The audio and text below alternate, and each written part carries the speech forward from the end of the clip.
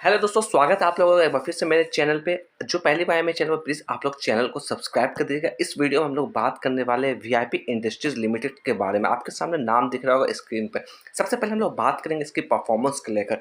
इसकी परफॉर्मेंस कहीं ना कहीं वीक आती हुई दिख रही है, लगातार कहीं ना कहीं गिरावट इस स्टॉक में हमको देखने को मिल रही है। पिछले एक महीने से हम लोग बात करें, लगभग 10.5% का स्टॉक गिर चुका है। अगर पिछले 6 महीने से कंपेयर करें 13% की गिरावट है। पिछले 2 साल से हम लोग बात करें, ये देखिएगा 35% की गिरावट है पिछले 2 साल में।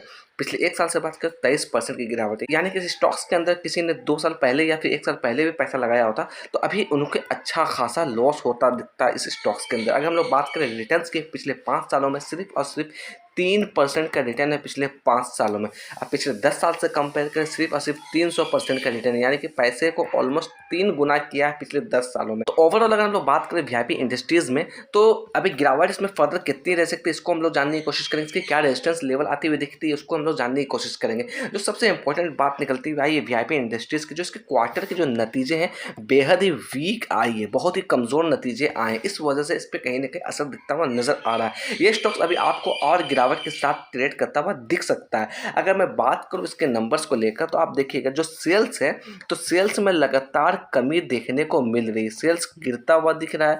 जो इसके एक्सपेंस यानी कि खर्च है, वो खर्च लगातार बढ़ रहा है। क्वार्टर ऑन क्वार्टर बेसिस पे भी खर्च बढ़ रही है, ईयर ऑन ईयर बेसिस पे भी खर्च बढ़ रही है। तो इतना सीधा धंधा आपको भी समझ में आता होगा, जब मेरा खर्च बढ़ रहा है तो कहीं ना कहीं सेल्स भी बढ़नी चाहिए या फिर हमें प्रॉफिट आना चाहिए। बट इस स्टॉक्स में वैसा कुछ नहीं हो रहा है। खर्च तो बढ़ रही है मगर प्रॉफिट और सेल्स लगातार इसमें गिरती हुई नजर आ रही है। अगर हम लोग बात करें नेट प्रॉफिट की, तो नेट प्रॉफिट भी डिक्लाइन होती हुई दिख रही है। इस क्वार्टर के नतीजे का सीधा सीधा इंपैक्ट इसके शेयर प्राइस में पड़ता हुआ दिख रहा है। अगर हम लोग चार्ट पे बात करें इसको लेवल्स को लेकर, तो ये स्टॉक्स कितना गिर सकता है, तो देखिएगा यहाँ पर हम लोग बात करें सबसे पहले डाउन साइड में लेवल सपोर्ट के लिए, तो पहला जो सपोर्ट निकलता हुआ वो ये लेवल है जो कि 448 का है। इस सपोर्ट को अगर ये ब्रेक डाउन करता है तो ये स्टॉक्स कहीं ना कहीं आपको 420 425 के आसपास जाता हुआ दिख सकता है। मगर जिस तरह के नतीजे आए हैं इस स्टॉक्स के अंदर, तो यहाँ पर कहीं ना कहीं गिरावट हमें और देखने को मिल सकती है। अगर हम लोग बात करें यहाँ पर करेंट खरीदारी के लिए, तो करेंट खरीदारी आप यहाँ पर इग्नोर करके चलिए।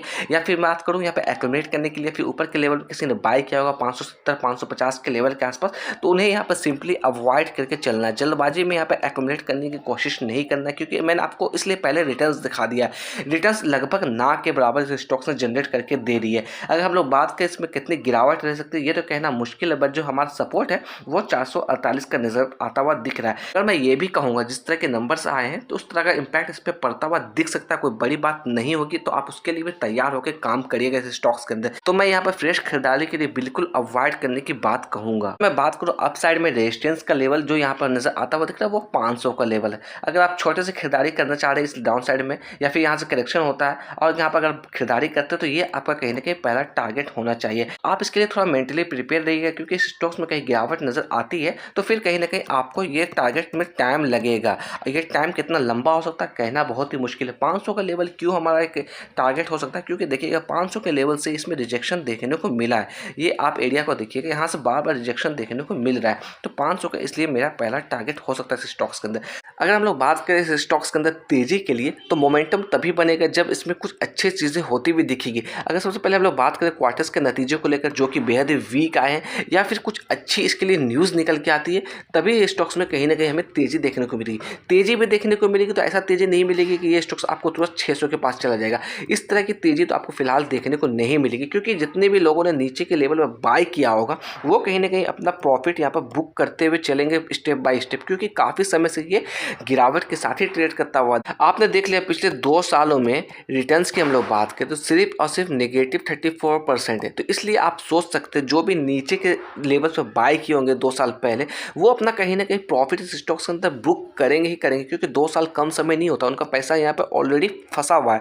तो इसमें तेजी आपको ऐसे भी नहीं मिलने वाली कि ये तुरंत आपको 600 के लेवल के पास चल जाएगा। इसलिए इस स्टॉक्स के अंदर थोड़ा सोच समझ के ट्रेड करिए, आपको समय लगेगा, और ये समय कितना होगा ये कहना बहुत ही मुश्किल है इस स्टॉक्स के अंदर, क्योंकि लगातार गिरावट देखने को मिल रही है। 700 के लेवल को इसने टच किया था 2022 में, उसके बाद कंटिन्यू फॉल बैक देखने को मिल रही है इस स्टॉक्स में। अगर मैं बात करूँ इसके लिए एस्टिमेटेड प्राइस के लिए, तो 741 का टारगेट रखा गया है पिछले 1 सालों के टाइम पीरियड में, और डाउन साइड का जो लेवल रखा गया वो 430 का लेवल रखा गया। बट आपको ऐसा नहीं कि एस्टिमेट प्राइस देखकर आपको बाय कर लेना, तो सोच समझ के आपको ट्रेड करना है वीआईपी इंडस्ट्रीज के अंदर। अगर यहाँ पे मैं बात करूँ ट्रेडेड वॉल्यूम की, तो देखिएगा वॉल्यूम में भी गिरावट देखने को मिल रही है। 4.65 लाख ट्रेडेड वॉल्यूम कम देखने को मिली है लास्ट ट्रेडेड सीजन में। अगर मैं बात करूँ यहाँ पे डिलीवरी और परसेंटेज की, 61.48% की यहाँ पे डिलीवरी उठी है लास्ट ट्रेडिंग में। अगर मैं यहाँ पे बात करूँ डिविडेंड के बारे में, तो देखिएगा साल दर साल आपको 2 रुपये से ₹2.5 के आसपास का ये डिविडेंड लगातार देती हुई आ रही है पिछले 5 सालों में। अगर हम लोग इसके अंदर बात करें फॉरकास्ट एंड रेटिंग्स की, तो देखिएगा सिर्फ और सिर्फ 10 एनालिस्ट ने कवर की, जिसमें 30% लोगों ने कहीं ना कहीं बाय की रिकमेंडेशन दी है। अगर हम लोग वीआईपी इंडस्ट्रीज के अंदर बात करें टॉप 5 म्यूचुअल फंड की इन्वेस्टमेंट के बारे में, तो यहाँ पर देखिएगा सबसे ज़्यादा इन्वेस्टमेंट किसी का है तो वो है एसबीआई फ्लेक्सी कैप का, जिसका वेटेज 0.81% है। अगर सबसे कम की हम लोग बात करें तो वो है एचडीएफसी कैपिटल का, जिसका वेटेज 0.58% है। अगर ओवरऑल हम लोग बात करें तो म्यूचुअल फंड की होल्डिंग ऑलमोस्ट 9% के पास दिखती हुई नजर आ रही है वीआईपी इंडस्ट्रीज के अंदर।